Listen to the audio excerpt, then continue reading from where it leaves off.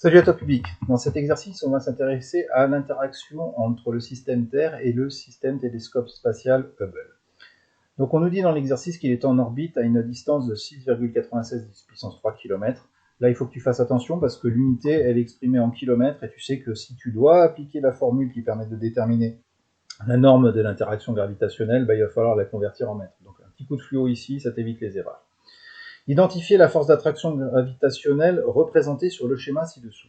Donc là, on a un télescope Hubble sur lequel s'exerce une force. Donc l'autre système qui va exercer la force, c'est la Terre. C'est une action qui est à distance, il n'y a pas forcément besoin de contact entre le télescope Hubble et la Terre.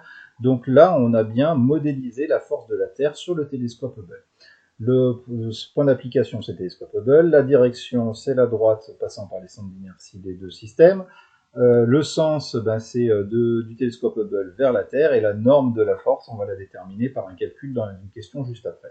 Donc là, on est bien force de la Terre sur le télescope Hubble. On n'oublie pas sur la représentation, on met la flèche au-dessus du vecteur, on dit quel est l'objet qui agit et quel est l'objet qui va subir cette force.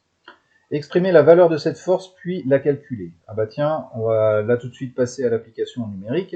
Donc la norme de cette force, j'utilise la formule que j'ai appris dans mon cours, et je remplace par les différentes valeurs. Je n'oublie pas de convertir, le 6,96 10 puissance 3 km a été converti en 6,96 10 puissance 6, je n'oublie pas mon petit carré, et je tombe sur une valeur de 9,0 10 puissance 4.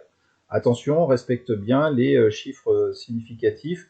La masse du télescope Hubble a été donnée simplement avec deux chiffres significatifs, donc ton résultat doit également présenter deux chiffres significatifs. Donner la représentation vectorielle de f. La représentation vectorielle de f, elle s'écrit comme ceci. Alors, la force de la Terre sur Hubble, c'est moins la force, la valeur de la force, fois le vecteur unitaire UTH. Là, le vecteur unitaire, il est ici. Alors pourquoi et d'où vient ce signe moins sur la relation que je vous propose sur la correction? C'est très simple. La force ici, elle a la même direction que le vecteur unitaire U entre la Terre et Hubble. Par contre, elle n'a pas le même sens. Elle est dirigée de la gauche vers la droite, alors que le vecteur unitaire, lui, il est dirigé de la droite vers la gauche. D'où le petit signe moins que l'on met ici. Alors ça, c'est un grand classique, c'est de l'oublier, ce petit signe moins. Donc fais attention à ça.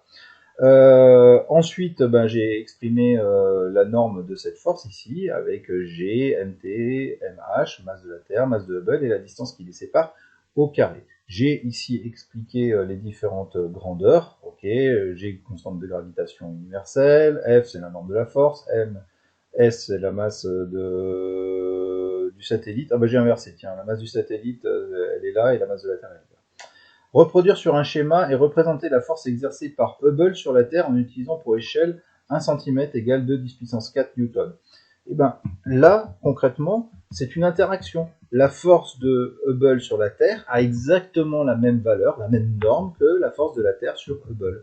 Donc on a calculé tout à l'heure un 9 10 puissance 4 newton. Ici, on me dit que 1 cm, c'est 2 10 puissance 4 newton. Un petit produit en croix me permet de savoir qu'il faut que je trace un vecteur dont la longueur est également de 4,5 cm, exactement comme la force modélisant l'action de la Terre sur le télescope Hubble. Voilà, écoute, j'espère que cette vidéo t'aura aidé, et puis je te dis à très bientôt sur la chaîne.